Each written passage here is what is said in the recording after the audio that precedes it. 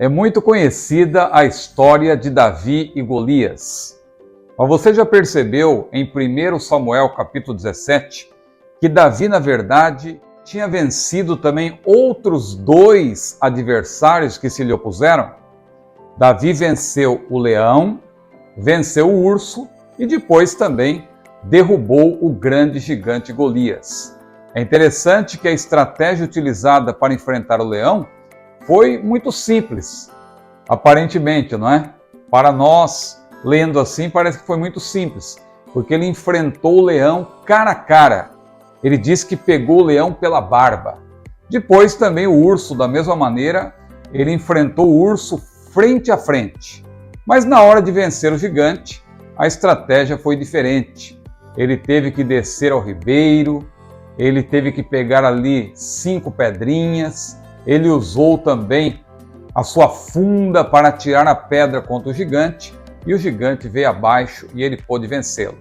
É interessante que esta narrativa bíblica dessas 3 vitórias de Davi nos oferecem aí uma excelente ilustração para a nossa aula de hoje, que será sobre os inimigos do cristão. Seja bem-vindo ao meu canal, eu sou o pastor Ciro Zibordi e está começando mais uma lição das lições bíblicas adultos da CPAD, segundo trimestre de 2024. Muito bem, nossa lição hoje é a lição de número 5. Estamos avançando neste segundo trimestre de estudos e chegamos à lição que tem como título Os Inimigos do Cristão. Lição que será estudada presencialmente no dia 5 de maio de 2024, se Deus assim permitir, cujo texto áureo está em Gálatas capítulo 5, versículos 25 e 26. Se vivemos no Espírito, andemos também no Espírito. Não sejamos cobiçosos de vanglórias, irritando-nos uns aos outros, invejando-nos uns aos outros. E a verdade prática nos diz o seguinte: na jornada da fé, há inimigos que tentam nos atrapalhar, o diabo, a carne e o mundo. Mas em Cristo somos mais que vencedores. Muito bem, a nossa lição então é a lição de número 5, os inimigos do cristão. Peço que você, por gentileza, curta esse vídeo, compartilhe também, se desejar.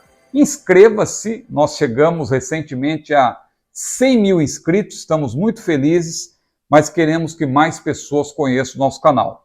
E você que já é inscrito, sempre deixa o convite aqui para que você seja membro. É muito fácil, é só você clicar no botão Seja Membro e você saberá como fazer parte desse grupo de membros em que nós estudamos semanalmente a Bíblia, e quem já é membro pode orientar você aí, te mostrar quais são os benefícios. Você pode perguntar também para nós e nós teremos o prazer em informar. Muito bem, então, como nós já mencionamos no início, citando os inimigos de Davi, o urso, ou melhor, o leão, o urso e Golias, nós vamos estudar nessa semana sobre os 3 inimigos do cristão. Nesta videoaula, então, continuaremos a discorrer sobre o nosso porte. Nós iniciamos na semana passada a falar do porte do cristão, ou seja, a sua conduta, a sua postura nessa caminhada, porque a lição desse trimestre é sobre a nossa jornada, a nossa caminhada, tal como a do peregrino, no livro de John Bunyan, como nós já mencionamos. Então, hoje nós vamos falar especificamente sobre a nossa batalha espiritual, porque ao longo da nossa jornada, nós precisamos resistir às tentações da carne, às tentações do diabo e também às tentações do mundo. É interessante o texto de Efésios capítulo 2, versículos 1 a 3, que menciona exatamente os 3 inimigos do cristão. Você já parou para pensar nisso? Que os 3 inimigos são mencionados ali. O mundo, Satanás, que é mencionado como príncipe das potestades do ar, e você percebe também no versículo 3 que a carne, as nossas paixões carnais, também são mencionadas. Davi, como eu mencionei, ele enfrentou o leão, o urso e o gigante. Ao leão, que simboliza Satanás, Davi pegou pela barba, frente a frente. Para vencer o urso, figura do mundo, esse servo do Senhor usou a mesma estratégia. Mas, ao enfrentar o gigante, que é a figura da carne, você vê que ele valeu-se de outra estratégia. Quem destes é o nosso maior oponente? E por quê? Como vencê-los ao longo dessa nossa caminhada rumo ao céu? É o que vamos estudar nesta lição, com base em duas perícopes, com base em duas passagens selecionadas pelo autor da lição. Quais são essas passagens? Romanos capítulo 6, versículos 11 a 14 e 1 João capítulo 2, versículos 15 a 17. Eu gosto sempre de fazer uma pequena menção, uma rápida abordagem sobre as passagens bíblicas que são a base da lição, para que, quando nós formos dar uma olhada nos tópicos e pontos, tudo fique mais fácil, porque, na verdade, os tópicos e pontos da lição, eles se baseiam exatamente nesses textos. Claro que o autor, ele se vale de outros textos também, mas esses dois são os textos básicos, por isso que a leitura bíblica em classe, que outrora era chamada também, você que estuda as lições bíblicas há bastante tempo, sabe que outrora elas eram chamadas de texto bíblico básico, que não é por acaso que nós temos que fazer essa leitura em classe, porque é ela que nos apresenta a base, não é? O fundamento para a lição. Muito bem, Romanos 6, 11 a 13 é uma perícope em que Paulo emprega verbos no imperativo, olha que interessante, adotando um modo de instruir diferente até do empregado no início do capítulo 6. Quando você lê o capítulo 6 de Romanos, você vê que Paulo começa a falar usando verbos aí no indicativo. Estamos mortos para o pecado, fomos sepultados com ele pelo batismo na morte, mas quando chega no versículo 11, ele se vale já dos verbos no imperativo, como que querendo demonstrar que agora nós temos deveres. E ele começa no versículo 11 dizendo que nós temos que nos considerar como mortos para o pecado.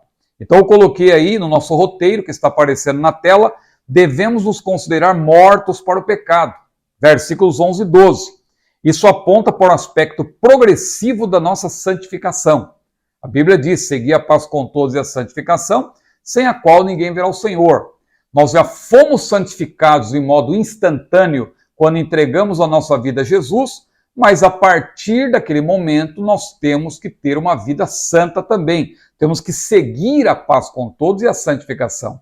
É o aspecto progressivo. Então, o que isso quer dizer? Que uma vez santos, devemos, como diz o autor de Hebreus, resistir ao pecado até o sangue. Ele diz lá em Hebreus 12, versículo 4, ainda não resististes até o sangue combatendo contra o pecado, não é? Então é importante nós resistirmos, no sentido de nos santificarmos a fim de evitarmos o pecado, considerando-nos mortos para o pecado e não permitindo que ele reine em nosso corpo mortal. Então, o autor que eu vou citar aí, Johnson, que está também na parte bibliográfica do nosso roteiro, você que é membro do meu canal, tem o roteiro completo já antecipadamente para acompanhar, mas eu estou colocando aqui também na tela, estou dando uma colher de chá, vamos dizer assim, para os não membros, para que eles possam perceber a importância. Não é sempre que eu posso fazer isso, porque isso leva tempo, fazer essa edição, colocar tudo na tela. Então, hoje eu estou caprichando um pouco mais na edição, mas nem sempre eu vou poder fazer isso. Então é importante que você também, que não é membro, seja membro do nosso canal. Independentemente de estar posto na tela ou não, é muito bom você ter o roteiro completo, né? Para você poder imprimir, fazer anotações, ou usar mesmo o tablet quando você for ministrar a sua aula. Você que é professor, isso ajuda muito. Mas Johnson diz o seguinte: o fato de os crentes precisarem se apropriar do que já lhes pertence é imperativo por causa do tempo no qual vivemos. Já participamos da morte de Cristo e na novidade de vida fundamentados na sua ressurreição, mas também continuamos afetados pelas velhas realidades. a presença do pecado e a inevitabilidade da morte. Temos de agir em concordância com a nossa morte para o pecado. Então, na verdade, o que o autor aqui quer dizer é que nós já estamos mortos para o pecado, mas nós temos que agir como tais. Não é porque nós recebemos essa bênção de imediato de vencermos o pecado pela fé em Cristo Jesus que nós vamos nos acomodar. Não, nós temos que continuar nos santificando. Aí o versículo 13 fala também que nós devemos nos apresentar a Deus como vivos. Quando fazemos isso, não apresentamos os nossos membros ao pecado por instrumentos de iniquidade, disse Paulo. Isso não diz respeito à submissão do corpo, membros físicos, e sim ao oferecimento das nossas aptidões naturais a serviço de Deus e sua justiça. Porque o pecado não é praticado somente pelo corpo, principalmente pela alma, não é? Os maus pensamentos e assim por diante. Então, claro que aqui, quando se menciona apresentar a Deus, apresentar-se a Deus como vivos e mortificar os nossos membros, etc., claro que isso tem a ver com os maus pensamentos, com as más atitudes, com as más vontades, não somente o que diz respeito a membros físicos, porque por meio do físico, claro, da parte física, nós consumamos alguns pecados de ordem carnal, mas onde estão os desejos pecaminosos é no nosso ser invisível, a nossa alma, que está, claro, vivificando este corpo. Então, andamos em novidade de vida por causa da ressurreição, que ainda não aconteceu, quando seremos glorificados, mas já estamos, por antecipação, usufruindo pela fé da bênção de vencer o poder do pecado, mas a libertação completa da tentação do pecado, diz Johnson, e a reivindicação da morte dos nossos corpos mortais somente serão nossas na ressurreição. Nesse entretempo, devemos viver em antecipação de nosso futuro estado ressurreto e agir de acordo com ele. E o versículo 14 mostra-nos que pela graça temos a vitória sobre o poder do pecado. É pela graça. Nenhum de nós tem poder em si mesmo de vencer o poder do pecado. Agora, no dia do arrebatamento da igreja, seremos glorificados e estaremos livres da presença do pecado, porque o que é mortal se revestirá da imortalidade, o que é corruptível se revestirá da incorruptibilidade, e assim estaremos glorificados, o que significa também ausência do pecado. Hoje, o pecado está presente. Hoje, o Espírito Santo nos dá graça para vencermos o poder do pecado. O pecado não terá domínio sobre vós, diz a Bíblia.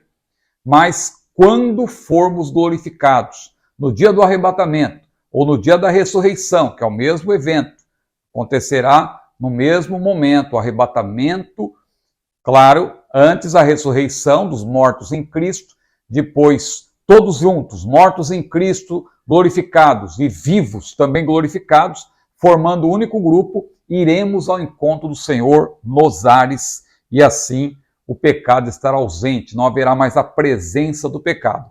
Hoje, pela graça de Deus, estaremos livres do poder do pecado se mantivermos a nossa postura de viver como mortos para o pecado e vivos para Deus. Johnson então conclui: estar em Cristo significa que passamos para a era da graça, onde a graça reina e não o pecado. É porque estamos na era da graça que Paulo pode declarar com confiança que o pecado já não terá domínio sobre nós. Afinal, sob a lei o pecado aumenta, sob a graça seu poder é aniquilado. Então esta é uma perícope, Romanos 6, 11 a 14. A outra é 1 João 2, 15 a 17. Assim como Paulo, o apóstolo João, ressalta que os destinatários da sua epístola precisavam agir em conformidade com a sua vocação, ou seja, a vocação daqueles que já morreram para o pecado e agora vivem para Deus. Já que os cristãos tiveram seus pecados perdoados, experimentaram o amor de Deus, devem se portar como mortos para o pecado, recusando-se a amar o mundo e seus valores. Boyce diz o seguinte: eles não devem duvidar da sua salvação, mas tendo a certeza dela, devem se concentrar naquelas áreas que dão evidência de sua transformação e que de fato proporciona a maior medida da bênção pessoal. Muito bem, aí o texto então menciona aqueles 3 versículos emblemáticos. Não ameis o mundo, nem o que no mundo há, porque tudo que há no mundo, a concupiscência dos olhos, a concupiscência da carne e a soberba da vida não é do Pai, mas do mundo, e o mundo passa, e a sua concupiscência, mas aquele que faz a vontade de Deus permanece para sempre. Então veja, o versículo 15 mostra-nos que amar o mundo é agir como inimigo de Deus. O termo mundo aqui é cosmos. Nos escritos de João, esse termo tem várias acepções. Pode ser a esfera global, ou seja, o planeta Terra.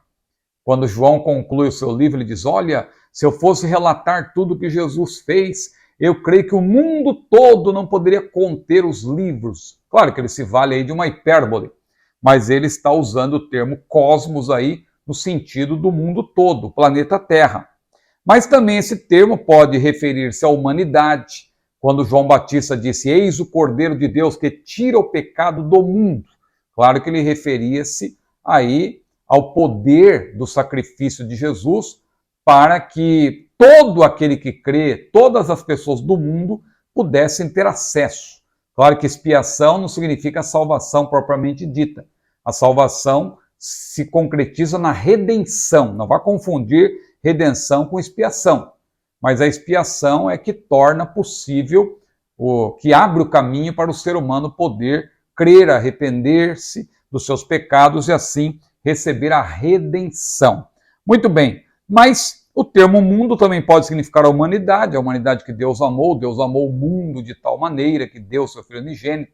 João também falou que se pecarmos temos um advogado para com o Pai, Jesus Cristo justo, ele é a propiciação dos nossos pecados, e não somente pelos nossos, mas pelos de todo mundo, diz 1 João capítulo 2, versículo 2, e por aí vai. Agora, a despeito do termo cosmos, mundo, significar humanidade ou mesmo planeta Terra, nos escritos de João, o sentido predominante na primeira epístola de João é de mundo do diabo, aquele mundo que diz respeito ao mau pensamento, à filosofia vã, às más atitudes das pessoas mundanas que estão andando de acordo com o inimigo, não é? Porque o mundo jaz no maligno, então veja, o cosmos jaz no maligno, é esse o sentido que João utiliza. Então, de modo geral, mundo tem conotações negativas. Berg diz o seguinte, frequentemente significa aquilo que está em contraste com Deus, está sob a influência do maligno, e é o local onde o anticristo, ou mais precisamente o espírito do anticristo, aparece. É o reino ao qual os falsos profetas têm enganado. O amor pelo mundo é a antítese do amor do Pai, isto é, agape, no grego, não é? Que é um dos aspectos que distinguem o crente verdadeiro. O versículo 16 mostra que no mundo há 3 coisas que não são de Deus. Este versículo de 1 João 2 explica que o que João quis dizer de fato, né, de modo exato, quando ele afirma não ameis o mundo nem que no mundo há, porque ele então explica a concupiscência da carne, a concupiscência dos olhos e a soberba da vida, o que nós vamos retomar mais adiante quando formos explicar mais precisamente aí o terceiro tópico desta lição. E o versículo 17 mostra que o mundo é passageiro e a vontade de Deus é perene. João não está pensando, claro, tanto a respeito do materialismo, coisas propriamente, mas das atitudes que estão por trás do materialismo. Então, Boyce explica isso. Ainda que o mundo passe, a fascinação do ser humano pelo que é material é grande. O cristão deve priorizar a vontade de Deus, pois somente um louco acumula tesouros na terra, que breve serão perdidos, ao invés de acumulá-los no céu, onde jamais serão perdidos, ressalta Berg, outro autor que estou citando aqui. Tudo isso está na parte bibliográfica do nosso roteiro. Quem faz a vontade de Deus permanece para sempre. O objeto do nosso amor, o próprio Pai, é perene. E aí Boyce conclui, seu amor, tendo sua fonte em Deus, permanece para sempre. Suas obras, sendo um aspecto da obra de Deus, permanece para sempre, pois ele é o possuidor de vida eterna e herdeiro de todas as riquezas de Deus em Cristo Jesus. A conclusão é que os cristãos deveriam, assim, amar a Deus e servir-lhe com fervor. Então, acredito aí, com a citação desses comentaristas, Boyce e também Berg, também o próprio Johnson, que eu menciono com respeito a Romanos, eu creio que eles nos ajudam a compreender bem essas duas perícopes para podermos entender melhor ainda os tópicos desta lição. Esta lição, então, que tem 3 tópicos que tratam justamente dos 3 inimigos. Nós vamos estudar primeiro sobre o diabo, que é o primeiro inimigo do cristão, depois vamos falar sobre a carne e finalizar sobre o mundo. Bom, o primeiro ponto, então, do primeiro tópico, o primeiro inimigo do cristão, o diabo é real. Embora Satanás seja mencionado desde o primeiro livro da Bíblia como um ser real, é importante observarmos que ele não aparece ali antes do nosso Senhor, porque o autor aqui, ele menciona, o autor do comentário, o pastor Ezequiel Gomes, ele menciona que o diabo está desde o primeiro livro da Bíblia, ele já é mencionado como uma pessoa real, mas há pessoas que acham que o diabo ele é tão importante que ele foi capaz ali de fazer com que Deus tivesse que refazer a sua obra e recriar todas as coisas, e daí o diabo, para muitos, já aparece logo no 2º versículo da Bíblia, ali onde a Bíblia diz assim: no princípio criou Deus os céus e a terra. Aí você vai para o versículo 2, e a terra era sem forma e vazia, criou-se ali uma teoria, que é conhecida como teoria da lacuna, ou teoria do intervalo, ou no inglês, gap theory, Essa teoria, ela surgiu ali entre o fim do século XIX e a primeira metade do século XX. Alguns teólogos dispensacionalistas, embora isso não seja algo obrigatoriamente vinculado ao dispensacionalismo, não é um pressuposto dispensacionalista, não é uma doutrina eminentemente dispensacionalista, mas alguns dispensacionalistas, até de renome, como J.H. Pember, que nasceu em 1837, também o famoso C.I. Scofield, e um teólogo conhecido da Assembleia de Deus, Lawrence Olson. Esses 3 teólogos, pelo menos, desenvolveram a ideia da terra pré-adâmica, caótica, decorrente da queda de Lúcifer, também conhecida como teoria do intervalo, como eu já mencionei. Então, Gap Theory pode ser conhecida como teoria do intervalo, teoria da lacuna, porque se acredita que entre Gênesis 1:1 e Gênesis 1:2, ali há uma lacuna de milhões e milhões de anos. Por causa da queda de Satanás, Deus destruiu a sua criação e teve que recriá-la. Alguns dizem que foi o próprio diabo que ficou tão revoltado ali contra Deus, porque Deus o precipitou na terra. Ali ele foi expulso da presença de Deus, que ele resolveu destruir a obra de Deus. Veja, a teoria vai ganhando aí novos contornos, novas definições, e é uma teoria bastante controvertida, e eu vou mostrar aqui que essa teoria não tem base exegética sólida, não é? Essa controvertida teoria da lacuna tem, então, importantes expoentes, como eu mencionei, e eles afirmam que entre Gênesis 1:1 e Gênesis 1:2 há milhões e milhões de anos, porque eles defendem a ideia de que esses 2 versículos, na verdade, tratam da criação e destruição da terra, enquanto os seguintes, ou seja, os versículos 3 a 31, descrevem a recriação da terra. Como essa teoria se baseia numa suposição decorrente, sobretudo da tentativa equivocada de ajustar o relato da criação da terra à teoria da evolução, eles afirmam que a melhor tradução para Gênesis 1:2 seria a seguinte: a terra tornou-se sem forma e vazia, porque eles são obrigados a negar aí, por exemplo, que os dias são dias de 24 horas. Então eles começam a falar de eras, para ajustar aí aos períodos defendidos pelos evolucionistas. Então veja que essa teoria ela é mal sucedida. Eles citam também é mal sucedida nessa tentativa, não é? Eles citam também Isaías 45, versículo 18, que diz lá que Deus não fez a terra para ser vazia, ou para ser um caos, ou para ser caótica. E tudo isso nós precisamos explicar rapidamente aqui, antes de avançar, porque eu vou dizer claramente aqui que essa teoria da lacuna não decorre de boa exegese. Outro dia eu até escrevi um artigo sobre isso no Mensageiro da Paz, que ainda vai ser publicado, respondendo a pergunta de um leitor, né, que queria saber sobre isso, e eu vou reproduzir aqui mais ou menos o que eu respondi ali. A teoria da lacuna não decorre de boa exegese. Na verdade, essa teoria, se ela estivesse correta, haveria, na verdade, uma grande contradição na Bíblia. Por quê? Teríamos de admitir que o Todo-Poderoso, após ter criado a Terra com perfeição, ele foi surpreendido pela queda de Lúcifer e sofreu um grande revés, já que a catástrofe ocasionada por causa desse poderoso anjo caído teria sido capaz de destruir a perfeita e maravilhosa criação de Deus, porque a terra ficou sem forma e vazia, não é? Não está escrito em Gênesis que aconteceu isso, só que é uma teoria que parte de uma suposição.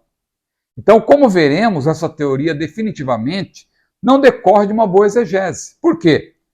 Não dá para explicar todos os textos isolados que são mencionados pelos defensores dessa teoria, mas os principais são, além de Gênesis, Isaías 45:18, que diz que Deus não fez a terra para ser um caos, mas para ser habitada, né? Ou ele não fez para ser um caos, mas para que ela fosse habitada. Bom, quando esse profeta afirma, quando Isaías afirma que Deus não criou a terra para ser um caos, mas para ser habitada, na verdade, ele quer simplesmente enfatizar que Deus não criou a terra para ser desabitada, ao contrário de outros planetas, que você percebe que não há condições mínimas de haver vida nesses planetas. Agora, na Terra, Deus, não é por acaso que a Bíblia diz que Deus criou os céus e a Terra. A Terra recebe destaque justamente porque Deus escolheu a Terra para ser habitada. Então, esse é o sentido de Isaías. Não é que a Terra tornou-se inabitada por causa da rebelião de Satanás ou da sua revolta por ter sido precipitado por Deus de cima para baixo. Agora, o texto principal utilizado é Gênesis 1 e 2.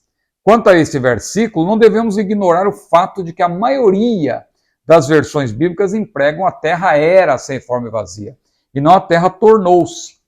Valer-se desse emprego aí, do verbo, né, tornou-se, é já uma maneira de querer fazer a Bíblia dizer o que ela não diz.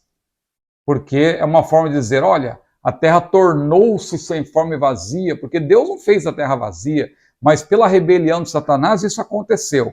Entretanto, das 264 vezes em que aparece uma construção frasal, aí da mesma forma que está em Gênesis, em todas elas traduziu-se por era. Só em poucas você vai encontrar tornou-se, e todas elas justificadas pelo contexto. Então, nesse caso aqui, não há razão para você dizer que a terra se tornou. Eu vou explicar por quê.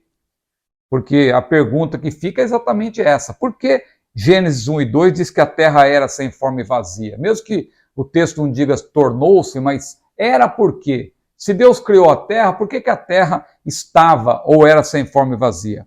É importante observar que Gênesis capítulos 1 e 2 revelam que assim como a humanidade foi criada, formada e feita por Deus, o mesmo ocorreu com o planeta Terra. Depois de ter criado o mundo a partir do nada, ou ex nihilo, como diz no latim, o Criador formou-o e lhe deu acabamento. É só você ler Gênesis 1, versículo 3, até o capítulo 2, versículo 3, você vai ver que Deus ele foi dando forma, dia a dia, ao que ele tinha previamente criado, assim como uma obra arquitetônica.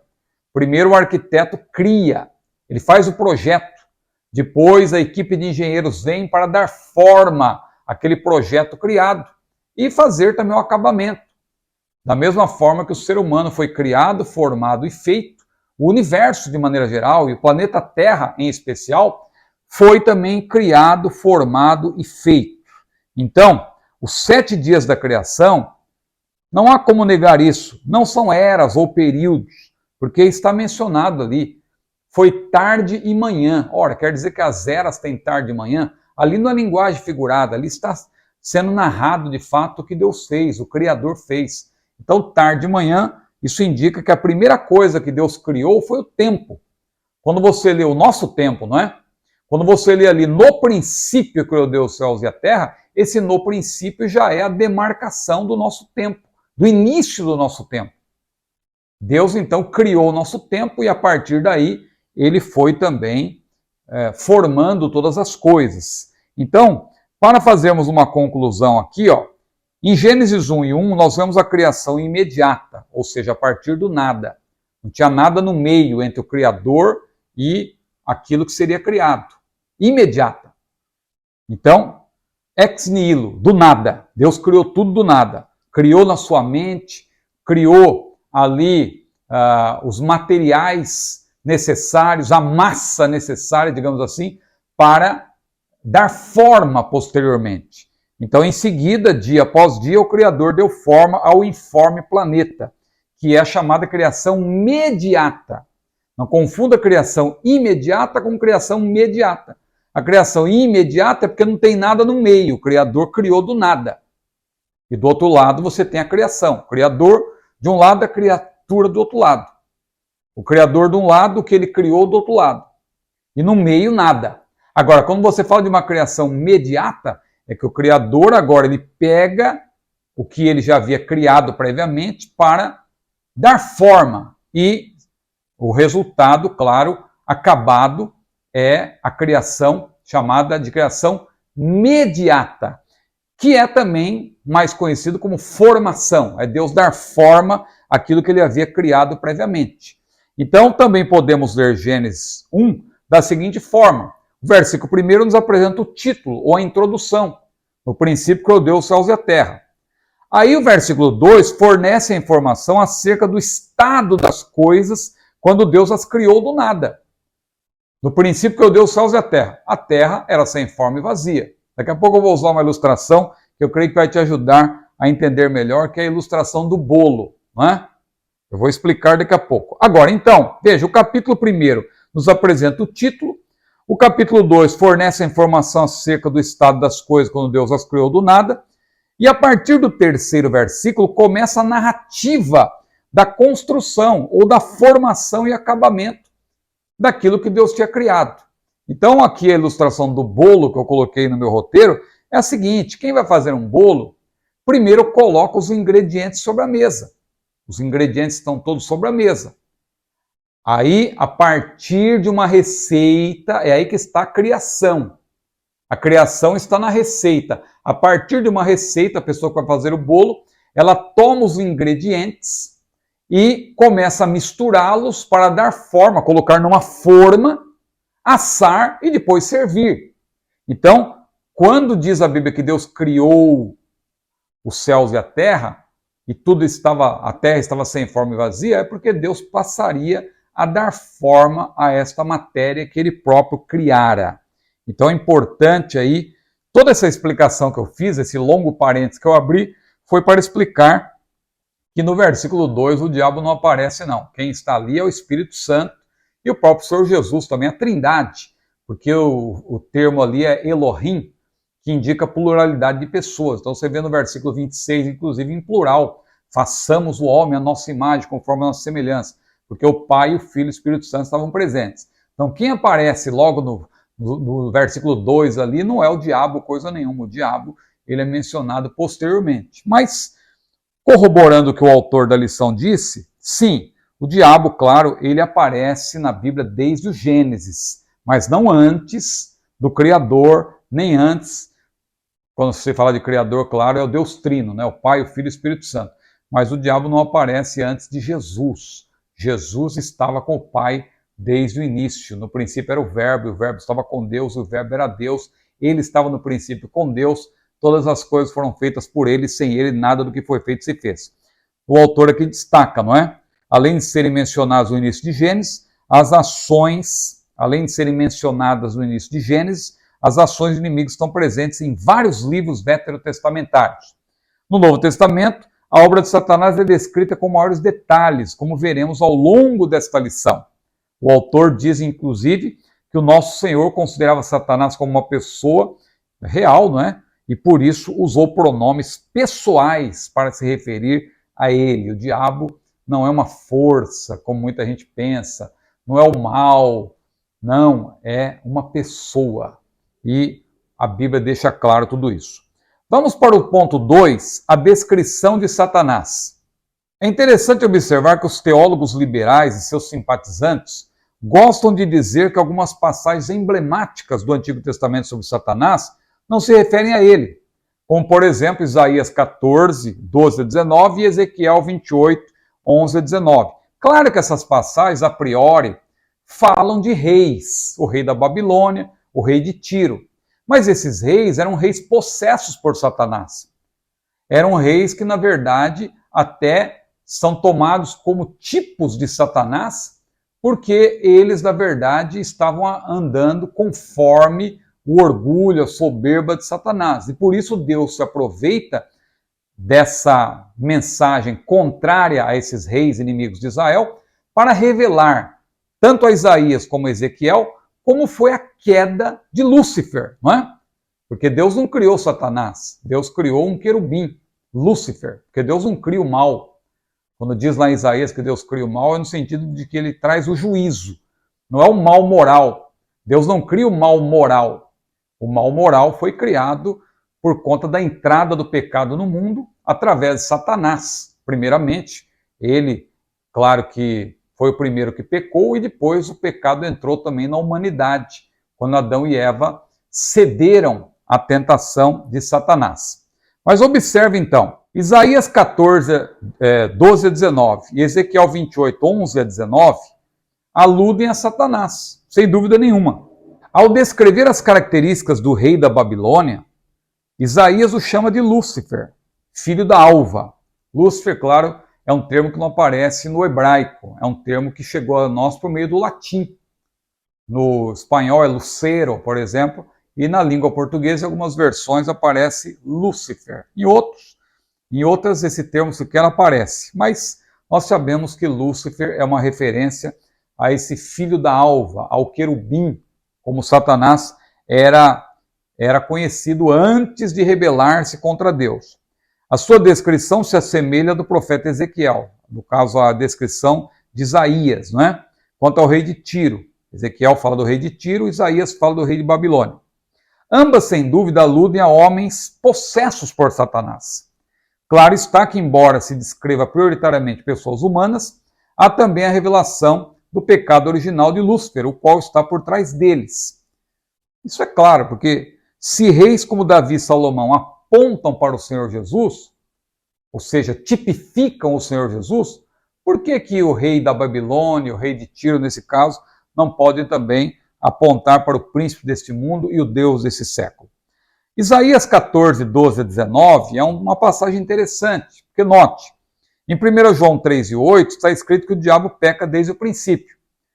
Em que momento, antes de o pecado ter entrado no mundo, Lúcifer se orgulhou, valendo-se do livre-arbítrio que se lhe outorgou e levou consigo a terça parte dos anjos? Nós não sabemos o momento exato, mas sabemos que foi antes de Adão e Eva pecarem, porque ali a serpente já tentou Adão e Eva. Apocalipse 12, 3 e 4 menciona essa queda, essa rebelião de Satanás, arrastando a terça parte dos anjos. É uma passagem escatológica, aliás, que não há tempo de explicar aqui, mas no meu canal eu tenho na playlist Apocalipse lá pelo menos 2 ou 3 vídeos explicando esta passagem, que fala sobre o dragão, a mulher vestida do sol e também o filho da mulher, que representa Cristo. Pela descrição de Isaías 14, 12 e 14, Mark Hitchcock diz o seguinte, frequentemente mencionado como contendo as 5 promessas de Satanás, aquelas: eu subirei ao céu, eu serei semelhante ao Altíssimo, eu e eu. Ou seja, ele querendo ser Deus. Em sua imaginação delirante, Lúcifer se rebelou contra o Senhor, desejando ser igual a ele. Como resposta, Deus o expulsou do lugar onde estava, abaixo dele, abaixo do Senhor, é claro, mas acima da terra. Ele não estava no céu porque ele disse, subirei ao céu. Ele não estava no céu, mas ele não estava propriamente na terra, eu penso. Eu penso que ele estava num lugar ali onde ele tinha até um relativo acesso a Deus e ele acabou sendo derribado ali daquele lugar para ficar ali afastado de Deus e podendo agir na terra, é claro. Né? Agora veja, Ezequiel 28, 12 a 15, conforme essa profecia, Lúcifer foi criado perfeito. Deus não criou Satanás nem o mal moral. Antes de sua queda, esse querubim era perfeito e cumpria tarefas muito importantes. Não vou aqui entrar nos detalhes das tarefas, mas ele era muito importante. A mudança de filho da alva para Satanás ocorreu quando ele se rebelou contra o Criador, o que resultou na perda de sua posição original. Ainda que tivesse recebido dons e uma posição elevada, Lúcifer, ao contrário do verbo encarnado, veja, teve por usurpação ser igual a Deus. O que se diz de Jesus é que ele não teve, ele mesmo sendo Deus, que Jesus é Deus, ele não teve por usurpação ser igual a Deus, mas aniquilou-se, esvaziou-se a si mesmo. Agora o diabo não, ele teve por usurpação, ele quis ser igual a Deus e quis se apropriar do que pertence exclusivamente ao Todo-Poderoso. Ou seja, a soberba, sem dúvida, foi a causa da queda desse querubim, aí como afirma Paulo em 1 Timóteo 3 e 6. Não neófito, para que ensoberbecendo não caia na condenação do diabo. Então a condenação do diabo é justamente, ou está relacionada com a sua soberba. Então a atuação de Satanás hoje, aqui você tem então, importante a descrição de Satanás desde a sua origem, e o diabo continua agindo hoje. Ele não foi preso coisa nenhuma, ele está solto, e não devemos ignorar os seus ardis. Quando nós vemos aqui, ó, que nesta era da igreja, que também é conhecida como os últimos dias, o inimigo domina as mentes dos ímpios e se opõe aos servos de Deus. Diz a Bíblia que ele cegou os entendimentos dos incrédulos para que não lhes resplandeça a luz do evangelho da glória de Cristo, que é a imagem de Deus. E também Paulo falou que nos últimos dias apostatarão alguns da fé, dando ouvidos a espíritos enganadores e a doutrinas de demônios. Então o diabo e seus agentes estão em plena atividade. Estamos em meio a uma batalha espiritual nos lugares celestiais, como diz a Bíblia, pois Satanás comanda as potestades que influenciam as forças terrestres e se opõem ao reino de Deus. Mas a carreira do inimigo está em descensão, como mostra Ezequiel 28, 17 a 19. E por fim, será definitivamente esmagado e lançado no lago de fogo. Ou seja, o diabo já foi julgado. Jesus falou, quando ele disse a respeito do Espírito Santo, quando ele vier, convencerá o mundo do pecado, da justiça e do juízo. Do pecado porque não crê em mim, da justiça porque vou para o meu Pai e não me vereis mais, e do juízo porque já o príncipe deste mundo está julgado. Ou dito de outra forma, ele já foi condenado, mas ainda não está cumprindo a sua pena. Ele vai cumprir a pena ainda, ele já foi condenado por antecipação, mas ele será definitivamente lançado no lago de fogo após a sua última rebelião, que acontecerá depois do milênio. Claro que durante o milênio ele será também preso e depois importa que ele seja solto, porque dentro do plano de Deus ele ainda vai cumprir um importante papel. Não é que ele vai ser um servo de Deus, mas ele vai prestar um serviço aí para Deus, que será o de tentar aqueles que tiverem passado pelo milênio. O terceiro ponto é a identidade do inimigo. Quando lemos nas Escrituras sobre a ação dele e de seus agentes, percebemos que a maior parte de seus comandados visa desviar os verdadeiros crentes dos genuínos ensinamentos de Cristo. Isso porque o mundo está no maligno. Então aqui nós vemos os títulos que descrevem a sua natureza. Eu coloquei até em grego aí, eu gosto de colocar alguns estímulos àqueles que estão estudando grego, e aí você vai ver aí, ó. Eu sei que a minha plateia, o meu público é um público heterogêneo, há pessoas aqui que eu já percebi que são versadas em grego, há outras que não sabem nada de grego, há outras que têm um conhecimento nocional de grego, há outras que estão começando a estudar o grego.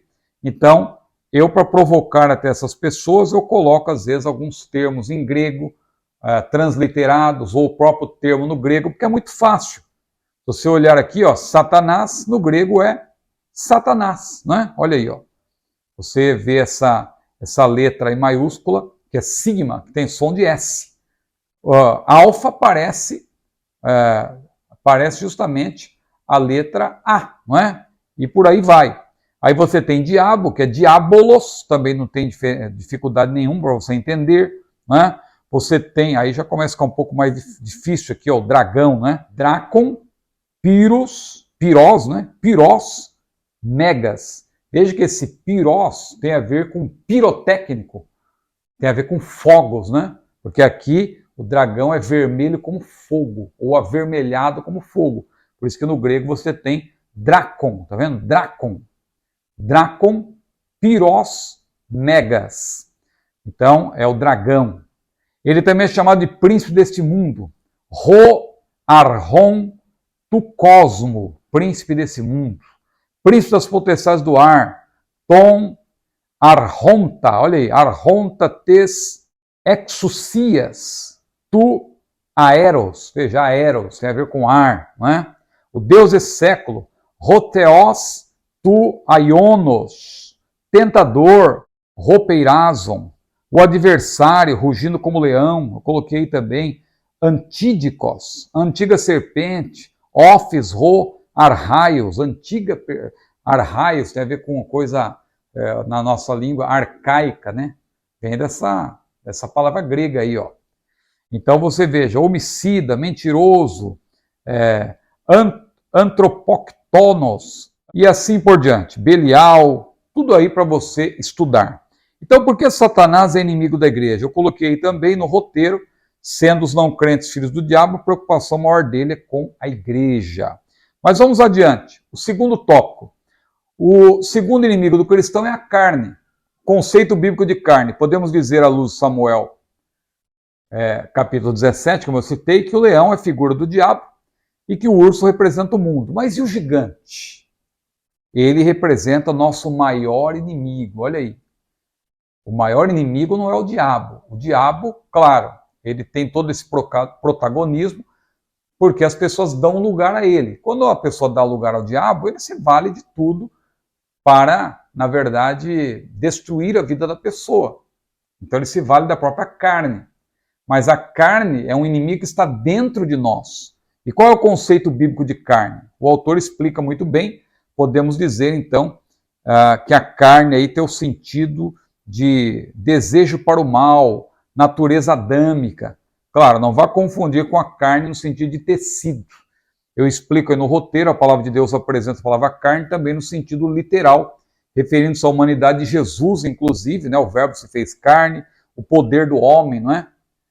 Que diz lá, maldito homem que confia no homem e faz da carne o seu braço. Muita gente utiliza esse versículo para dizer, olha, a gente não pode confiar em ninguém, mas ali o sentido é maldito homem que confia nele mesmo e faz da sua carne o seu braço. Ou seja, autoconfiança, é a pessoa soberba que acha que ela não precisa de ninguém e confia na sua própria força, no seu próprio poder, não é? Então, agora, no sentido abordado nessa lição, é a concupiscência da carne, é, na verdade, a natureza adâmica, caída, que tem o germe do pecado, porque o ser humano não é pecador porque peca, ele peca porque é pecador, é como a macieira. Não é o fato dela dar maçã que a torna uma macieira, ela já é macieira, então ela dá maçã.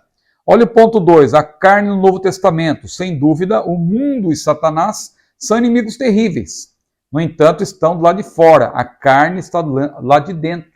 É como o Tiago falou, cada um é tentado quando atraído e engodado pela sua própria concupiscência. Então esse ponto 2 também explica bem, aí modéstia à parte, no nosso roteiro, a carne no Novo Testamento, seu sentido amplo. Aí o ponto 3, a perspectiva doutrinária da palavra carne. É a natureza adâmica, do ponto de vista teológico, a carne é a nossa natureza decaída, herdada de Adão. A partir da queda com Q maiúsculo, sempre quando você encontrar numa obra teológica ou numa lição bíblica, a palavra queda, grafada com Q maiúsculo, é uma referência, claro, ao pecado cometido por Adão e Eva, a queda, que fez com que o pecado passasse a todos os homens. Então, todos os seres humanos passaram a ter desde a sua concepção, né? Porque o pecador não é pecador a partir do nascimento, ele já é pecador a partir da concepção. O salmista disse: em iniquidade fui formado e em pecado me concebeu a minha mãe. Então, veja, Paulo afirma: o pecado não terá domínio sobre vós, pois não estáis debaixo da lei, mas debaixo da graça. Romanos 6:14. Não obstante, para que isso aconteça, de fato devemos nos considerar, como eu já enfatizei, como mortos para o pecado, mas vivos para Deus. Agora, como vencer a carne? Eu coloquei aí a resposta, fazendo analogia, aplicando-se aqui o que eu mencionei sobre Davi e Golias. Davi usou a seguinte estratégia para derrubar o gigante Golias. Tomou o cajado, que representa o poder de Deus, desceu ao ribeiro, isso fala de humilhação, pôs 5 pedrinhas em seu alforje, figura do nosso coração, repositório da nossa munição espiritual, e usou a funda, que é a fé, com a qual lançou a pedra que derrubou o grande Golias. Por meio da fé, nós vencemos o mundo e também a carne. Esta é a vitória que vence o mundo, diz a Bíblia, a nossa fé. E o terceiro e último tópico, que fala do terceiro inimigo do cristão, o mundo. Então, só para enfatizar, o nosso inimigo pior, principal, é a nossa própria natureza adâmica. Por isso que ela tem que ser dominada. Nós temos que vencer a carne, crucificar a carne. Porque se você vencer a carne, você não vai dar lugar ao diabo. Agora, se você é dominado pela carne, você vai dar lugar ao diabo, o diabo vai valer-se disso para te prejudicar. É nesse sentido que o diabo se torna o seu principal adversário, o tentador. Quando você dá vazão à sua própria natureza caída, quando você não alimenta o seu homem espiritual. Gálatas menciona, Paulo lá em Gálatas 5 menciona que é uma luta da carne contra a natureza espiritual. Quem triunfará? Aquele que estiver melhor alimentado. Como você alimenta a carne? Pecando. Como você alimenta a parte espiritual? Lendo a Bíblia, meditando na palavra, dando vazão, dando lugar ao Espírito Santo. E o fruto do Espírito é caridade, gozo, paz, longanimidade, benignidade, bondade, fé, mansidão, temperança. Ou seja, nós temos que dar lugar ao Espírito Santo. Mas veja, o terceiro inimigo do cristão é o mundo. Primeiro ponto, perspectivas bíblicas da palavra mundo. Isso é um assunto bastante conhecido, recorrente, né? O mundo de Deus, o mundo do diabo, o mundo dos homens. O mundo de Deus é o mundo que Deus criou. Pela fé entendemos que os mundos, pela palavra de Deus, foram criados, ou seja, os planetas, inclusive a Terra, não é? Os mundos foram criados pela palavra de Deus. Então, o mundo de Deus é, na verdade, o mundo que Deus criou, do Senhor e a terra, a sua plenitude e assim por diante. O mundo dos homens é a humanidade, é o mundo que Deus amou. Deus amou o mundo de tal maneira. E o mundo do diabo é o mundo dominado pelo diabo. É o mundo que tem o diabo como seu príncipe. É o mundo que tem o diabo como Deus desse século, Deus deste mundo, né? O Deus desta era, o Deus desse século. Esse mundo nós não devemos amar, nem nos conformar com ele. Tiago falou que aquele que se torna amigo do mundo se torna inimigo de Deus. Não ameis o mundo. Não vos conformeis com este mundo, disse Paulo. Então veja que 3 apóstolos diferentes falaram disso. Então João falou, não ameis o mundo nem o que no mundo há. Paulo falou, não vos conformeis com este mundo, mas transformais pela renovação do vosso entendimento. E Tiago falou que a amizade com o mundo é inimizade contra Deus. Então olha a importância do que disseram esses 3 apóstolos. Então o urso, que eu cito como exemplo aí, é um animal bonitinho, ursinho de pelúcia, mas é um animal feroz. O mundo também, ele vem com muitas coisas agradáveis, bonitas e tal, interessantes. Por isso, então, tendo em mente esse episódio que eu mencionei em que Davi enfrentou o urso e venceu, podemos tomar esse animal como figura do mundo e não aceitar de maneira nenhuma a tentação que vem do mundo. Claro que em conexão com Satanás, né? Satanás é o príncipe deste mundo, então a tentação do mundo não deixa de ser também uma tentação do próprio Satanás. João fala de 3 níveis, é o ponto 2, 3 níveis de vícios infames, que constam de 1 João 2,16. A concupiscência da carne, a concupiscência dos olhos e a soberba da vida. Vou citar aqui 2 autores para me ajudar nessa definição. Então, a concupiscência da carne. Veja, primeiro é bom dizer que em João 1,14, o apóstolo João fala da carne, eu já mencionei, numa referência ao tecido, em referência à carne no sentido de encarnação, como no caso de Jesus, o verbo se fez carne. Não é no sentido negativo, é no sentido positivo. Agora, aqui, ao associá-la à concupiscência, é evidente que João se refere ao mesmo sentido apresentado por Paulo em Romanos 8. Concupiscência da carne é uma referência aos desejos físicos ou sexuais presentes na natureza carnal adâmica. Concupiscência dos olhos. Citando aqui Berg, esse termo é um sinônimo de luxúria. Conforme a frase anterior, diz Berg, isto é melhor entendido para referir-se ao que é visivelmente atraente aos olhos, como sarx. Sarx é o termo para carne no grego, como sarx. Não opera no reino espiritual. Os olhos físicos estão destinados a ver coisas visíveis. Deste modo, funcionam como Deus planejou. Mas o problema surge quando o físico, que é tangível e visível, torna-se o principal foco da vida humana. Ou seja, concupiscência tem a ver com cobiça. A cobiça não está atrelada propriamente ao que você está vendo, mas ao desejo motivado por aquilo que você vê. Como Eva. O pecado dela se deu no primeiro olhar? Não. Ela olhou e aquilo se tornou desejável. O fruto da árvore se tornou desejável para ser comido. Ou seja, o pecado da cobiça está sobretudo no coração e não na visão propriamente dita. A visão é apenas um instrumento pelo qual a pessoa consuma este pecado.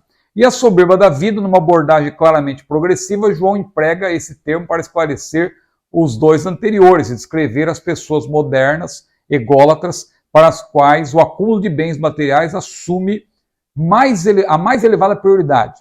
Então Boyce conclui, amar a Deus é afastar-se de tais valores. Amar o mundo é cada vez mais se afastar do amor de Deus e, consequentemente, também perder o amor pelo próximo.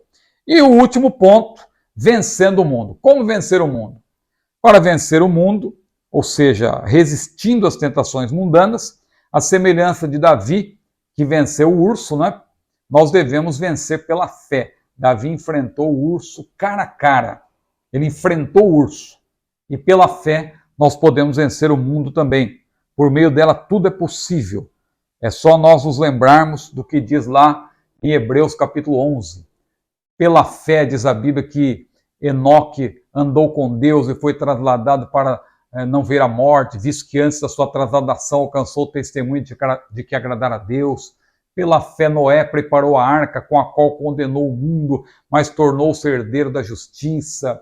E pela fé, Abraão, sendo chamado, obedeceu. Pela fé, Sara recebeu a virtude de conceber na velhice. Pela fé, Isaac habitou em tendas com Esaú e Jacó, né, porque ele esperava a cidade cujo artífice e construtor é Deus. Pela fé, Jacó abençoou os filhos de José no tocante às coisas futuras e adorou, encostado no seu bordão. Pela fé, José fez menção da saída do povo de Israel do Egito e também ordenou acerca dos seus ossos.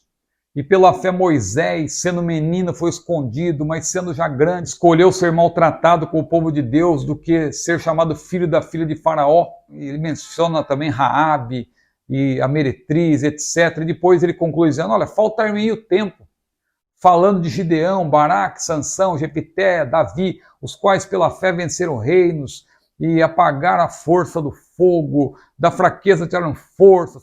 Então veja que maravilha, é pela fé que nós podemos vencer o mundo, mas para ter fé nós precisamos estar cheios do Espírito Santo e fazer a vontade do Senhor, sujeitando-nos a Ele. Muito bem, então vamos concluindo aqui mais uma lição, a lição de número 5, e eu quero convidar você a ler comigo a conclusão, que diz assim, o apóstolo Pedro nos adverte a respeito do plano do inimigo de nos tragar. O diabo anda em derredor, bramando como leão, buscando a quem possa tragar, diz a Bíblia, ao qual resistir firmes na fé, não é? E ele faz isso com o objetivo de destruir a obra realizada por Cristo em nossas vidas. Ele quer enfraquecer a nossa caminhada rumo aos céus. A ação diabólica é feita mediante os ataques do inimigo. Então, para não ceder aos seus ardis, precisamos viver constantemente sob a presença do Espírito Santo, preparados e fortalecidos em Deus. Então o diabo é como o leão, né, que está na espreita. Quando você vê o leão observando ali os animais, ele não vai atacar a todos de maneira geral. Ele escolhe aquele que está cansado, aquele que está doente. Então ele anda em derredor. Ele está procurando ali uma presa. Da mesma forma, o inimigo que age como leão, ruge como leão, ele faz da mesma forma. Mas maior aquele que está conosco, diz a Bíblia, do que aquele que está lá fora. Amém? Chegamos à conclusão de mais uma lição. Eu lhe peço, por gentileza, curta esse vídeo, compartilhe com seus amigos, inscreva-se. E se você já é inscrito, o meu pedido é que você seja membro. Muitas pessoas me perguntam, como eu faço para ser membro? É muito fácil. Clique aí no botão Seja Membro, ou clique no link aqui embaixo, Seja Membro. Você vai ser direcionado lá para a tela, já para saber como faz para ser membro. Não é caro, aliás, é muito fácil de ser membro. E você vai ter o benefício de ter esse nosso roteiro aqui, não é? Que é, na verdade, um estudo detalhado para você poder entender melhor o assunto. E se você é professor, você vai ter facilidade de apresentar a lição diante da sua turma. Que Deus abençoe a sua vida. A paz do Senhor.